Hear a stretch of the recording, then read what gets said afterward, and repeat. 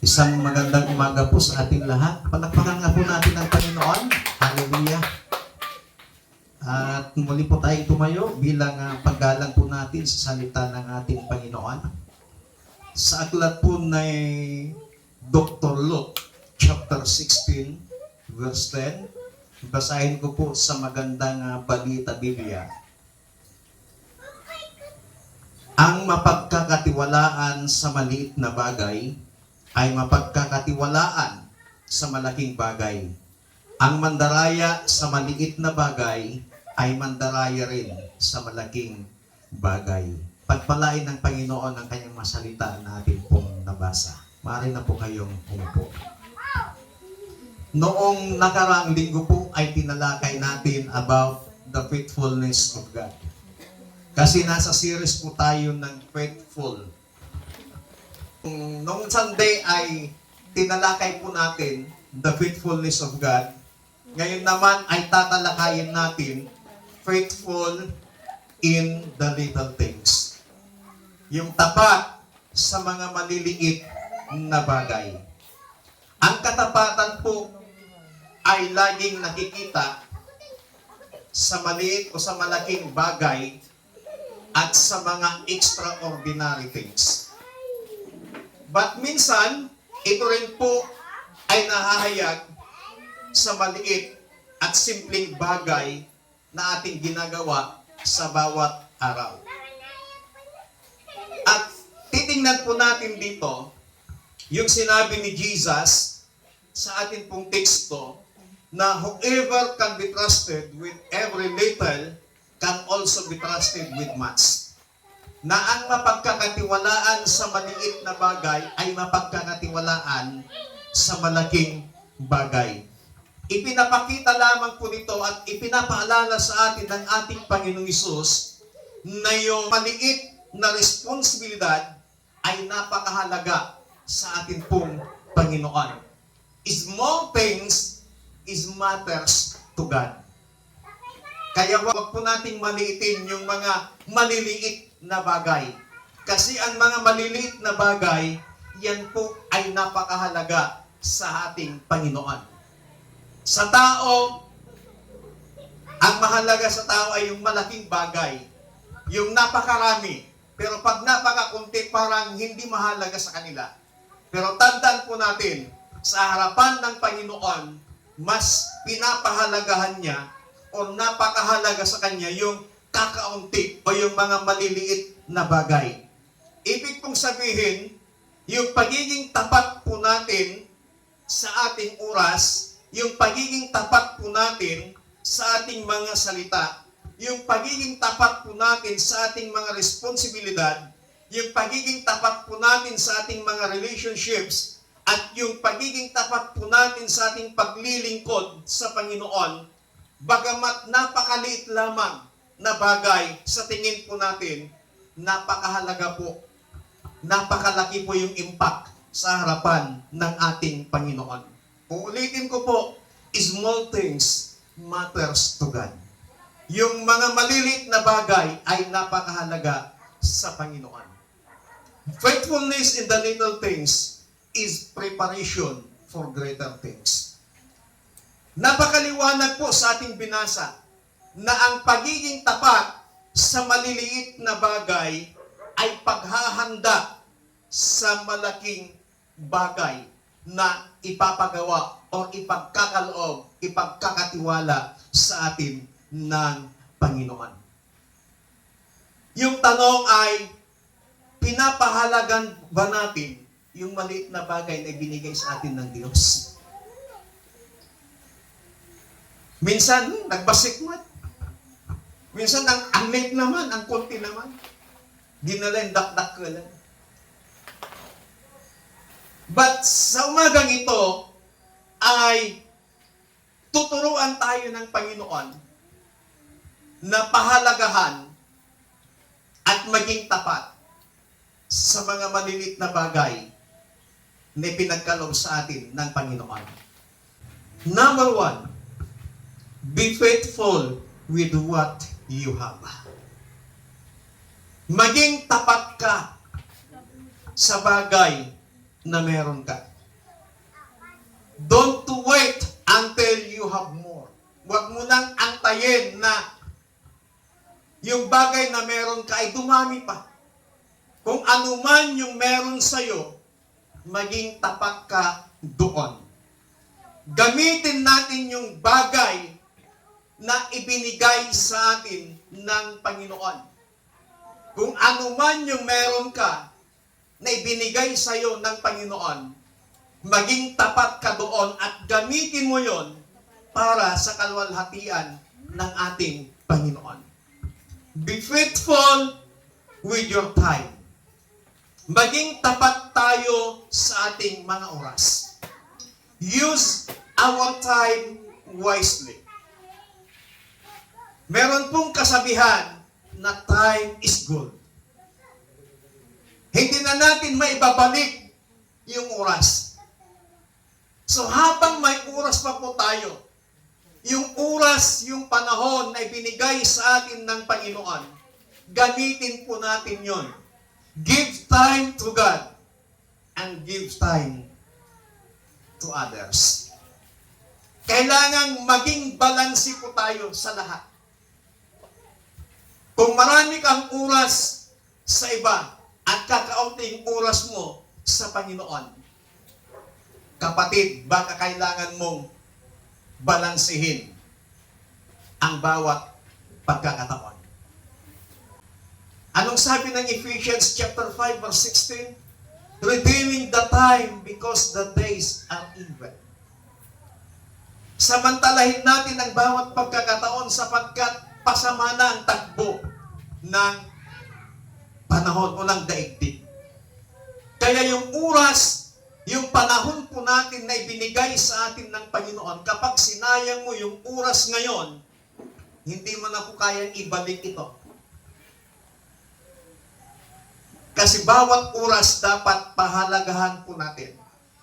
Be faithful with our time. Pangalawa, be faithful with our talents. Meron po tayong mga talento na ibinigay sa atin ng Panginoon. So we must use our gifts to serve God. Gamitin po natin yung bawat talento na ibinigay sa atin ng Panginoon.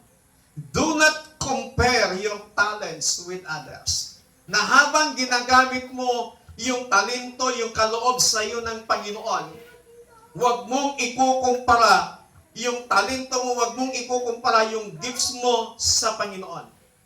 Sapagkat our talents are gifts from God. So let us use them faithfully.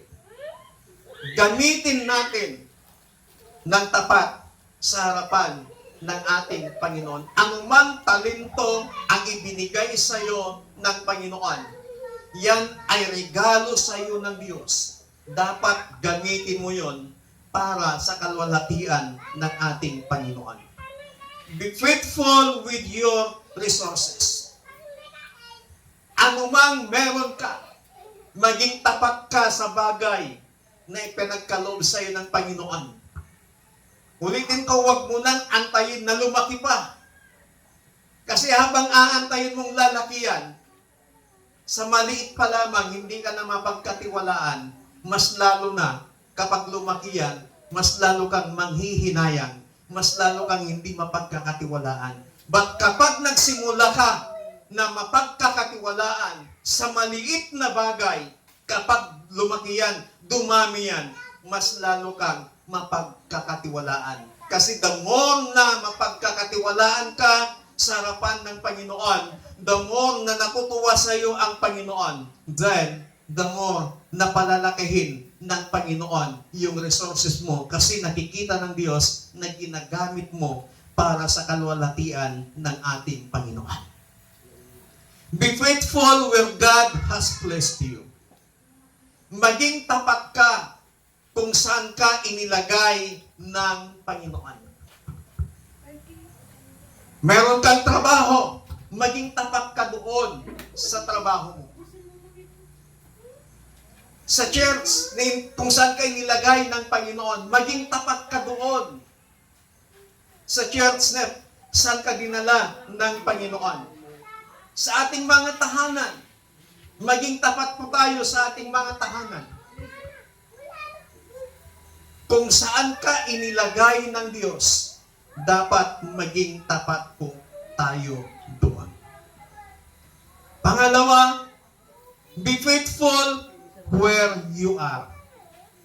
Kailangan maging tapat tayo kung nasaan man tayo. Be faithful in your present situation.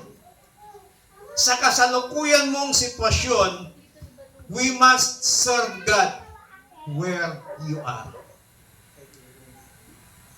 Do not wait for a better place to be faithful. Huwag mong antayin na magkaroon ka ng magandang lugar para maging tapat sa Panginoon.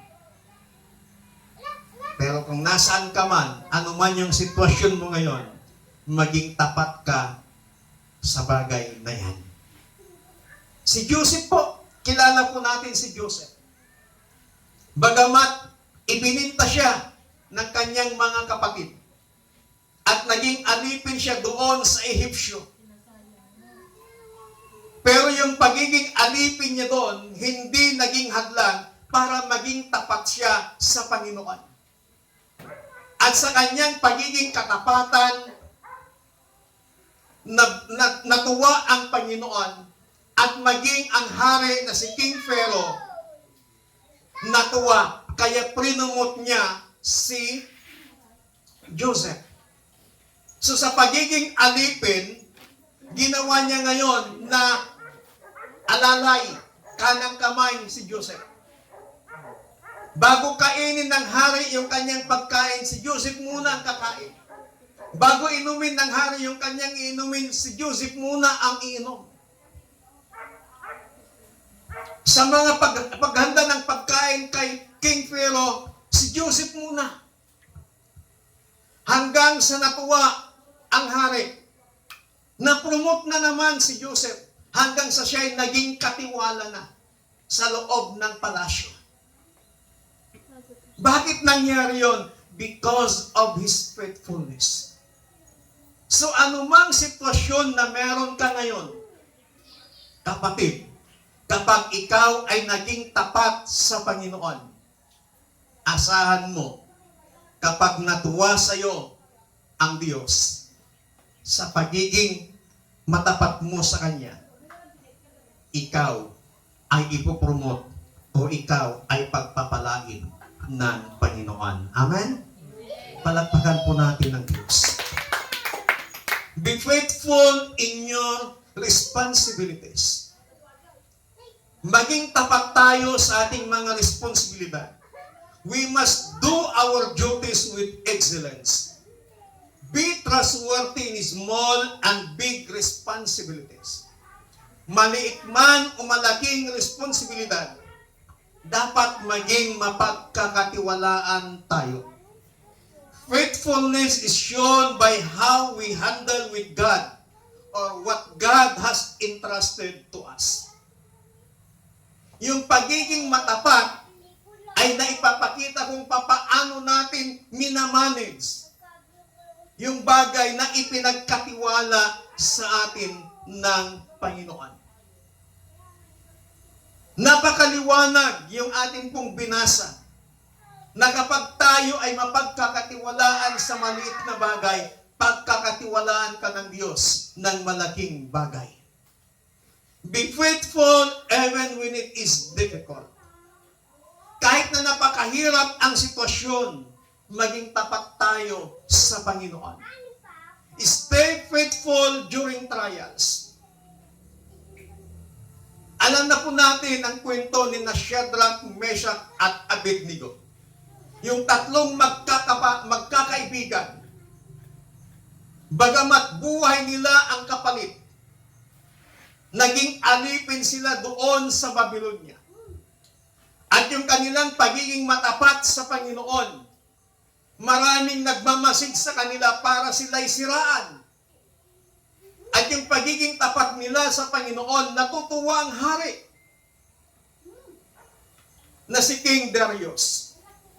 Pero itong mga taong gustong wasakin, gustong sirain ang reputasyon, ang buhay ng tatlong magkakaibigan na ito, sinulsulan nila yung hari.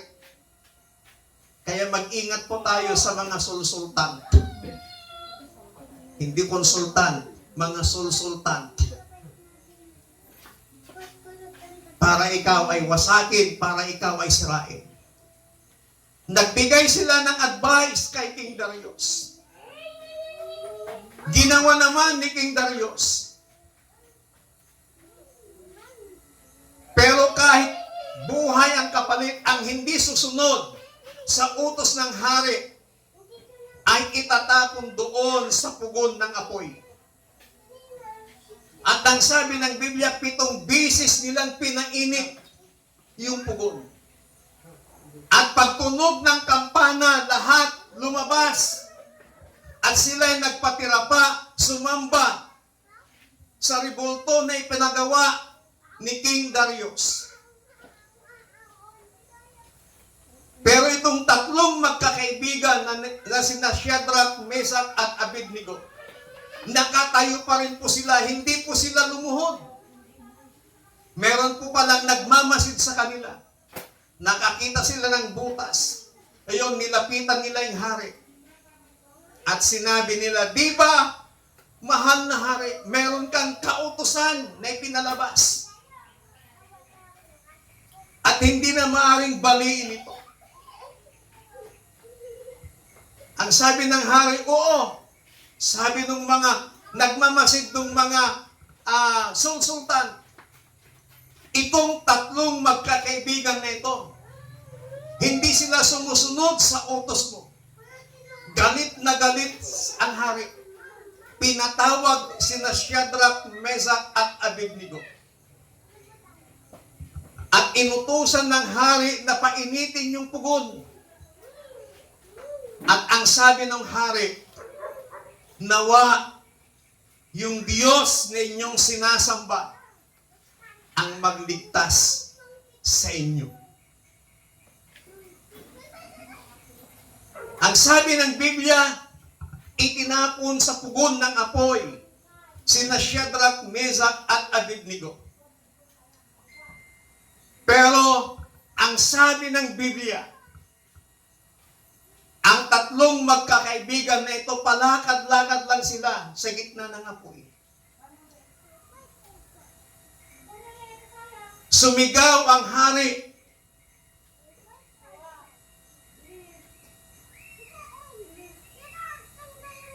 Kumusta kayo dyan, Shadrach, Meshach at Abednego? Niligtas ba kayo ng Diyos? At may napansin yung hari. Ang sabi niya sa kanyang matauhan, di ba 3 lang yung ipinatapon ko sa inyo sa apoy? O pumahal na hari. Bakit 4 yung nakikita kong palakad-lakad? Kaya inutusan niya ang kanyang tauhan para iahon sina Shadrach, Meshach at Abednego. At ang sabi ng Biblia, hindi nangamoy usok ang tatlong magkakaibigan ito, ni hindi nasunog ang kanilang buhok, ni hindi nasunog yung kanilang damit. At iniutos ni King Darius na yung mga taong sulsultan na naghagis kina Shadrach, Meshach at Abednego doon sa pugon ng apoy, sila ang ipinatapon ng hari. At ang sabi ng hari, mula ngayon, sa buong kaharian, sambahin ang Diyos na sinasamba ni Shadrach, Meshach at Abednego. Dahil doon sa katapatan ng tatlong magkakaibigan, na ipakita yung kapangyarihan ng Panginoon.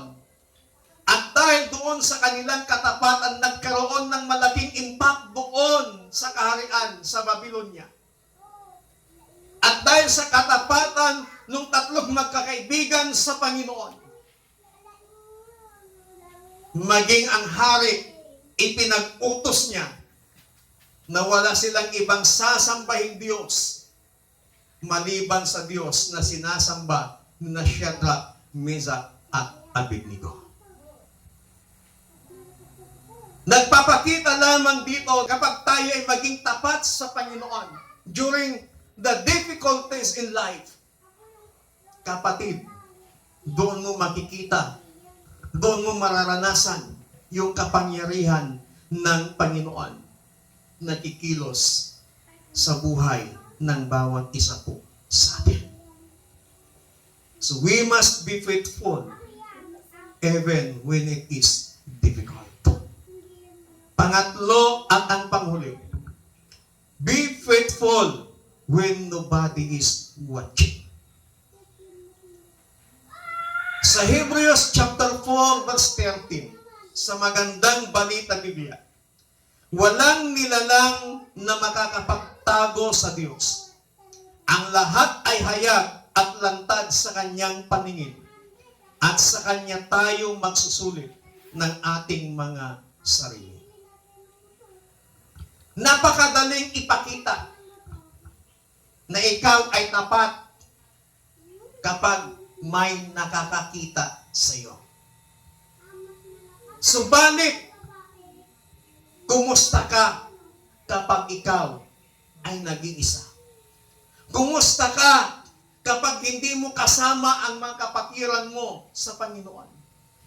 Kumusta ka kapag ikaw ay nag-iisa? Tapat ka pa rin kaya sa Panginoon? Faithfulness begins with the awareness. God is watching. God sees what people don't see. Kung ano man yung hindi nakikita ng tao, nakikita ng Diyos. People see our public actions, but God sees our private lives. Yung bawat galaw natin sa publiko, nakikita ng tao. Pero yung bawat galaw natin sa ating private life, pag wala nang nakakakita sa atin, nakikita yon ng Diyos. We can impress people while neglecting God. Nothing is hidden from God. Napakaliwanag yung binasa po natin sa Hebrews na walang sinumang makapagtatago sa Panginoon. Ang lahat ay lantad sa harapan ng Panginoon. Faithfulness does not require recognition.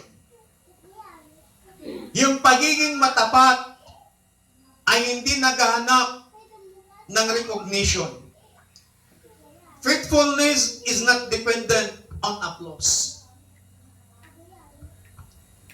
Ang sabi ni kapatid na Pablo sa Galatians chapter 1 verse 10, bakit ko sinasabi ito? Dahil ba sa nais kong mapuri ng tao? Hindi. Ang papuri lamang ng Diyos ang tangi kong hinahangad. Sinisikap ko bang magbigay lugod sa tao? Hindi. Kung iyan ang talagang hangad ko, hindi sana ako naging alipin ni Kristo.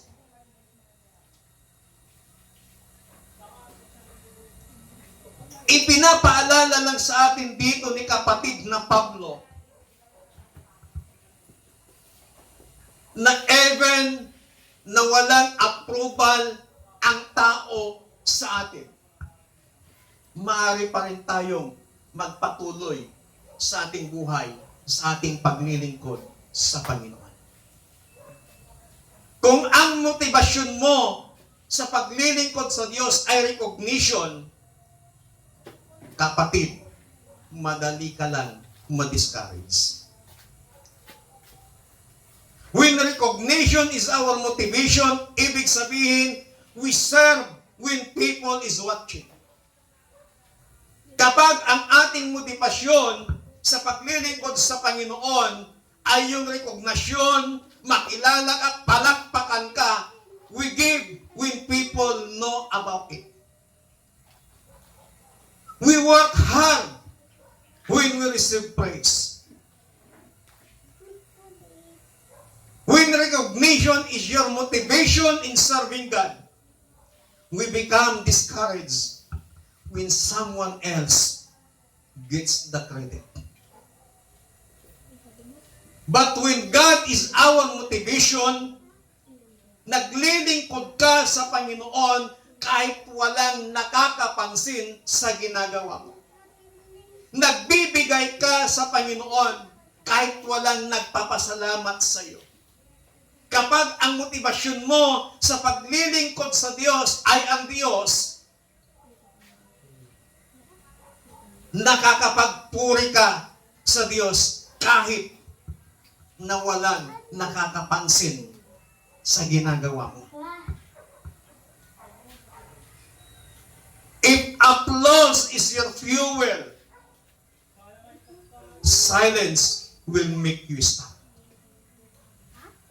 Kung ang nagpapagana sa paglilingkod mo sa Panginoon ay ang palakpak ng mga tao, kung ang nagpapagana sa paglilingkod mo sa Panginoon ay yung pagpupuri ng tao sa iyo na ang galing-galing mo, grabe, napaka-anointed mo, grabe, napaka-talento mo. At kapag wala nang pumapalakpak sa iyo, at kapag wala nang nagpupuri sa iyo, marahil titigil ka sa paglilingkod.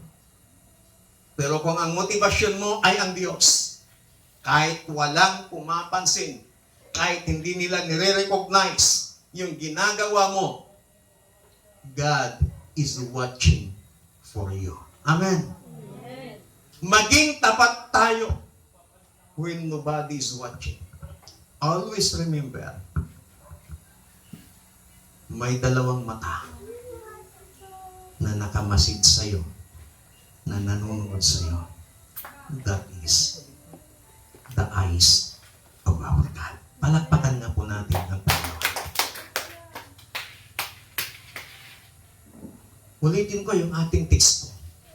Ang mapagkakatiwalaan sa maliit na bagay ay mapagkakatiwalaan din sa malaking bagay. Ang mandaraya sa maliit na bagay ay mandaraya rin sa malaking bagay.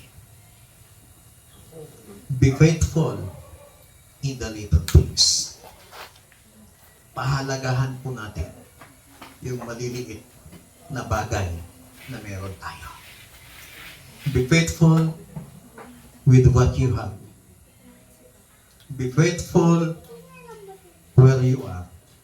And be faithful when nobody is watching.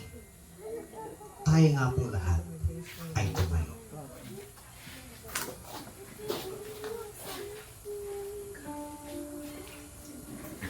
Who are you when nobody is watching? Sino ka kapag walang nanonood sa iyo? When nobody is watching, will you still pray? Kapag wala nang nagmamasid sa iyo, susunod ka pa ba sa Diyos? Kapag wala nang pumupuri sa iyo, pag wala nang pumapalakpak sa iyo, pag wala nang nagre-recognize sa iyo, will you still serve God? Will you still give to God?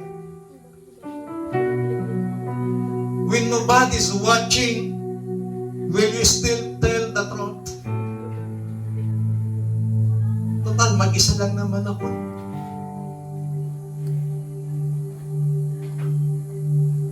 Magiging tapat ka pa rin ba sa Panginoon? Kapag ikaw ay nag-iisa, will you still choose holiness?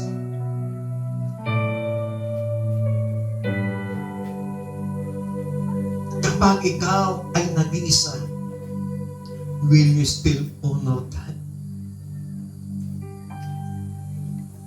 Kapatid, don't live for the crowd. Live for Christ.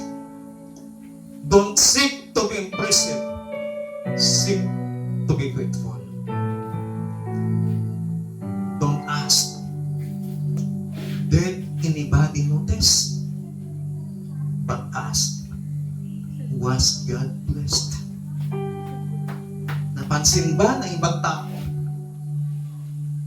ba't sasabihin mo na parangalan ko ba ang Diyos? Sa maliit na bagay na meron ka ngayon, napaparangalan mo ba ang Panginoon? Nung nakarang linggo, nakita natin kung gaano katapat ang Panginoon. God is faithful in every season in our lives. Kung ang Diyos ay tapat sa atin, we must be faithful during the difficult situation in our lives. We must be faithful in the small things that God has entrusted to us. And we must be faithful when nobody is watching. Minsan pa nga natin awitin, I give myself away. Nawa ito yung panalangin ng bawat isa po sa atin. Naibigay natin ng buong buo ang ating buhay sa Panginoon. Hallelujah. I give myself away.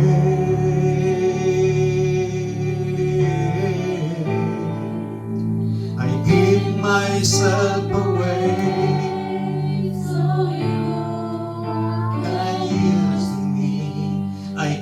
Myself away.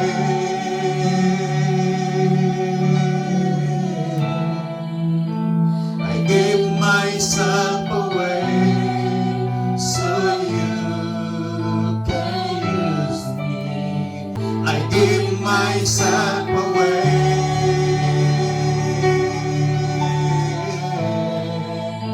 I give myself away so you kapatid, sa umagang ito, always remember this. When nobody's watching sa atin, God is watching with us.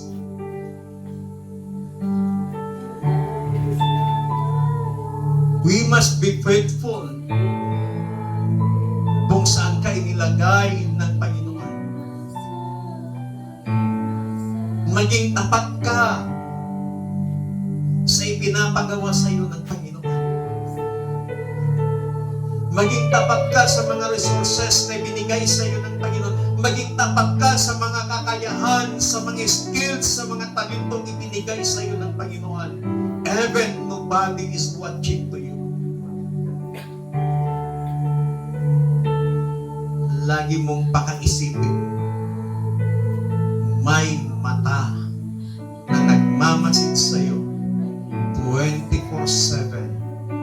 That is our God. Panginoon, sa umagang ito, maraming salamat sa patuloy mong pagtuturo sa amin na maging tapat kami sa mga bagay na meron kami. Maging tapat kami sa mga maliliit na bagay na ipinagkatiwala mo sa amin. At maging tapat kami kung saan mo kami nilagay.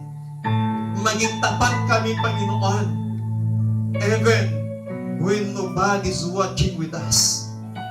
Dahil alam namin, Panginoon, andyan ka na nagmamasid sa amin.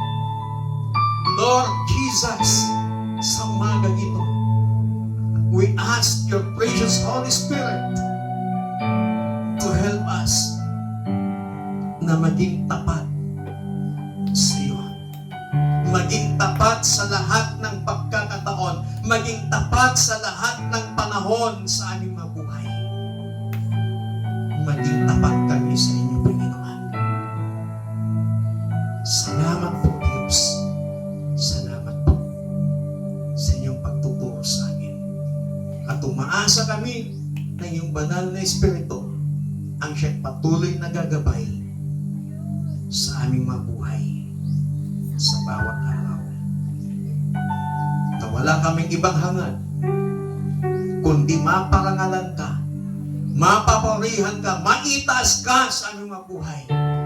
Sa lahat ng aming gagawin, may nakakakita man o wala, Panginoon. Salamat po. Salamat ng marami. In Jesus Christ, mighty name we pray. Ang lahat ay magsabi ng Amen. Palakpakan po